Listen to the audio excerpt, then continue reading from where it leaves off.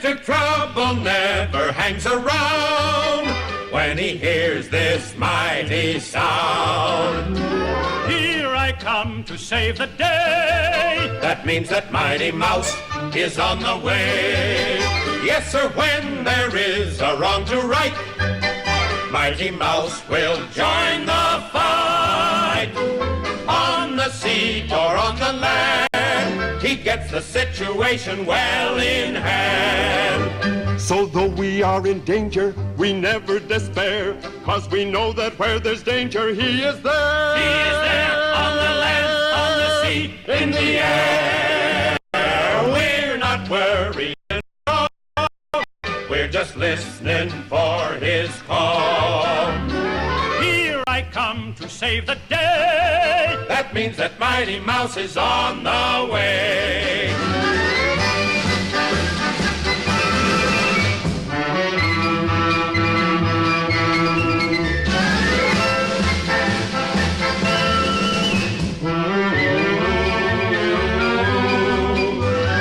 We're not worrying at all, we're just listening for his call.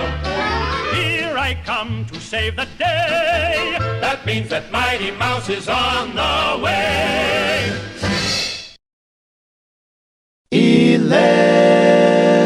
11ish. Good morning, everybody. How's everybody doing? It is 11:17. I'm a bit late this morning. 23rd of December 2015. Hopefully everything is recording and going right today on this. I'm just checking my quality on my camera for a second. I'm also going to sneeze because, you know, live video and all that. Yeah, it's at full res. That's cool. That's cool. How you doing? I didn't do a show yesterday. I'm going to sneeze. Love that. I wonder how people do that. I wonder how presenters do that on television, how they stop themselves from sneezing. I wonder if they have like some kind of magic like thing that they have, like a numbing agent or something to stop all that stuff happening. Because I'm sure behind the scenes it does, because I know when we've done live stuff as like continuity studio stuff, that there's things that you just can't control. There's things you can, but there's things that you just can't control. People walking through your shot and a variety of other things.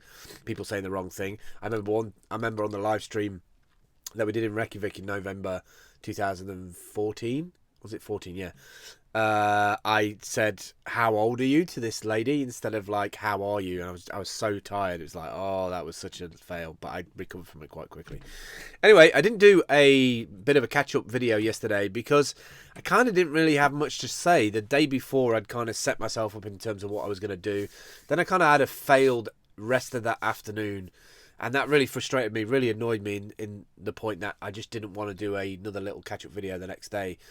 And I think sometimes we're super hard on ourselves in terms of having to keep up this repetition of putting stuff out. And for me, I use video like as a post-it note to get me back onto the computer, to get me back into stuff. Because otherwise I will just like click around the internet looking at stuff going, that's cool, that's cool, that's cool, that's cool, that's cool. Tab, tab, tab, tab, tab, tab. And I'm just like, I just get like taken up by lots of things that I would like to take part in or do myself. And so sometimes you just have to take a complete time out from that, do like real world stuff, and then come back to it. So I've kind of left it a day, and I'm probably going to leave tomorrow as well because it's Christmas Eve, and I've got a bit of a plan for Christmas Day that I would really like to spin up in the next 48 hours and see if I can get it done for Christmas Day. So yeah, I'll tell you a bit more about that probably on Christmas Day morning. And it should already be sort of rolling out by then anyway, if I get it done. A few things to tell you. I had some great news, I think it was yesterday, that my DBS check, which is not a huge, I mean, it's Disclosure and Borrowing Service, used to be called a CRB check in the UK, which is like a service that employment agencies and people who are in charities or volunteer workers or people working with vulnerable children or adults, you have to go through this kind of check. And I'm not sure if mine was just a basic check or an enhanced check, but it's a check to check you out as a person. They look at various records from different providers across the country just to find out who you are, what you're about, and if you're able to work with those kinds of people, if you're not on any particular registers, etc. So obviously that's come back all absolutely cool, green, clear, ready to go, which is awesome. It made me feel, really picked me up yesterday because, you know, I had a lot of fear about going to America. I haven't been to America for 4 or 5 years, haven't flown, haven't had the money to fly. And I didn't know if I was, I've kind of been off the grid in terms of the last year, even though I'm everywhere on the internet. If you want to find me, I'm literally on Twitter and everywhere.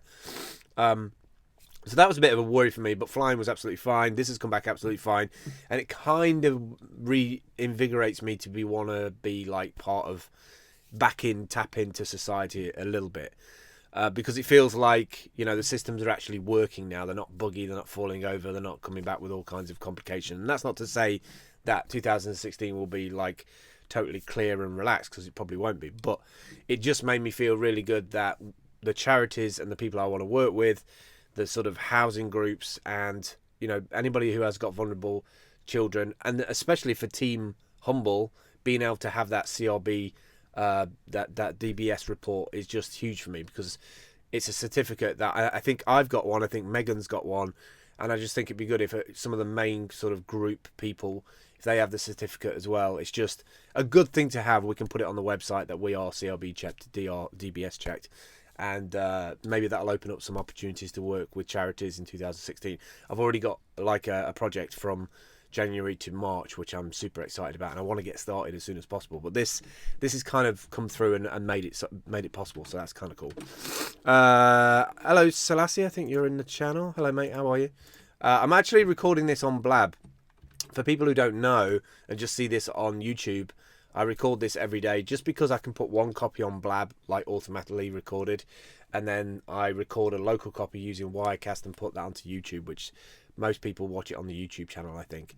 Mainly for the higher quality version, because the version that's recorded on Blab is obviously a lot less quality.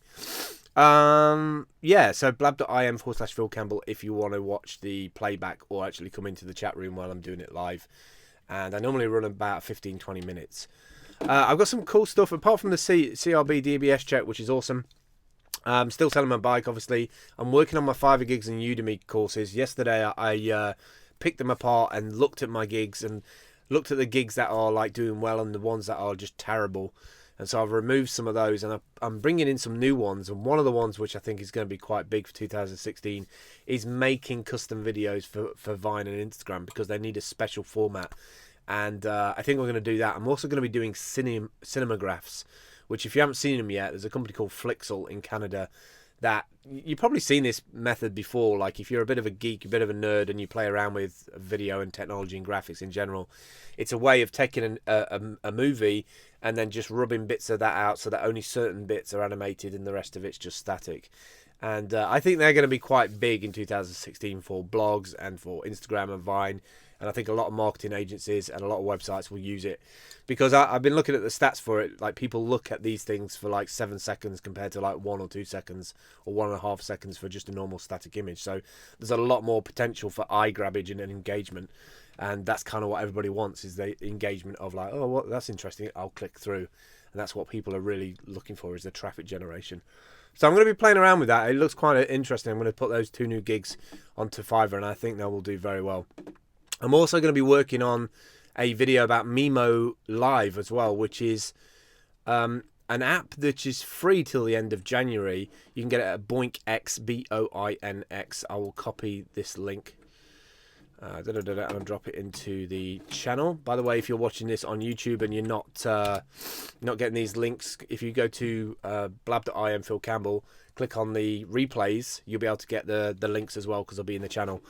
I've got somebody. I love this new map feature on Blab as well. It shows me people that are in Scotland that are watching. It's kind of cool. So welcome to Chris. How you doing, Chris? Yeah, so where was I on the list? So video about Mimo Live. I'm going to play around with that. I use Wirecast Studio 6.05 to mess around with graphics and to do my green screen and all that kind of stuff. So I'm going to be playing around with that, see if it's any good, see how easy it is. It's free. I don't have to pay for it until the end of January.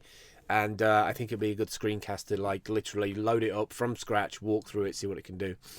And then the other things I really want to talk about, which are kind of crazy, is stuff that I've seen in the media and things that I'm looking forward to. So I watched yesterday, I caught up with, should I say, the live webcast that they did for Elon Musk and firing the Falcon 9 like launcher missile thing. I call it missile, looks like a missile.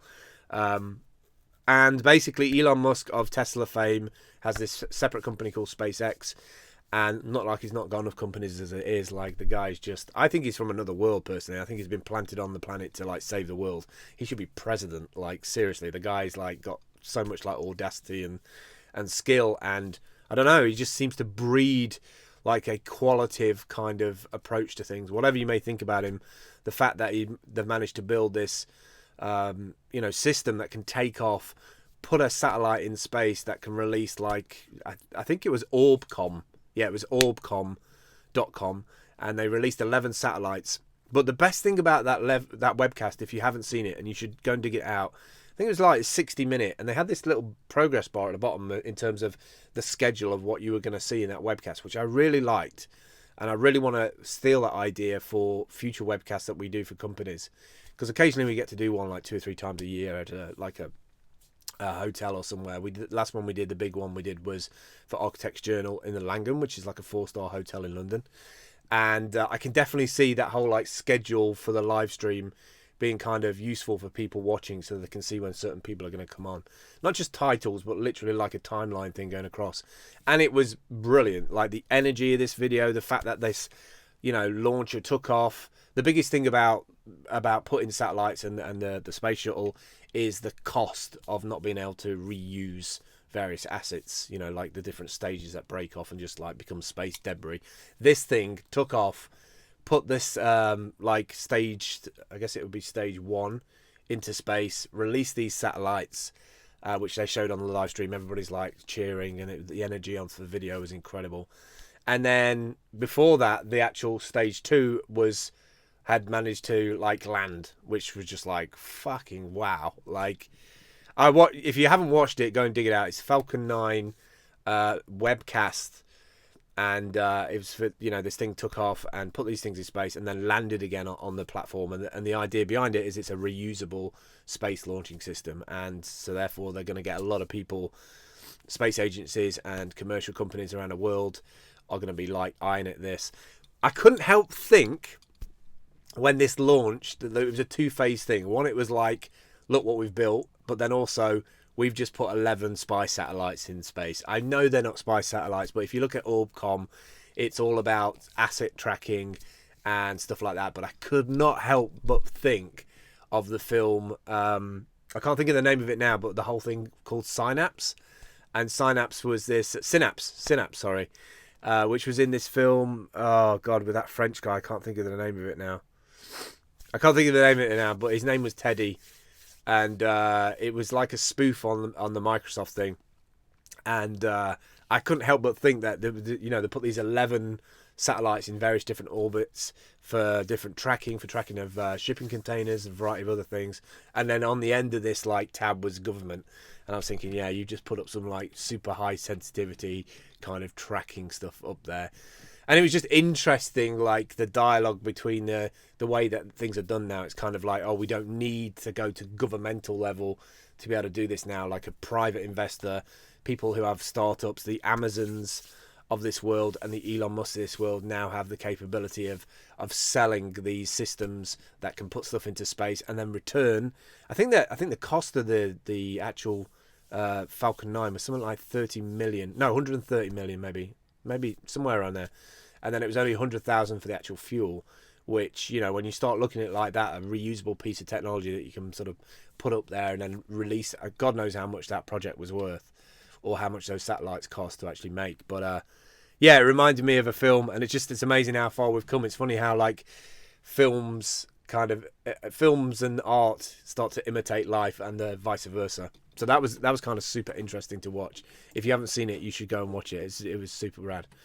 Where am I in terms of time? All right, 14 minutes. I've got 5 minutes left.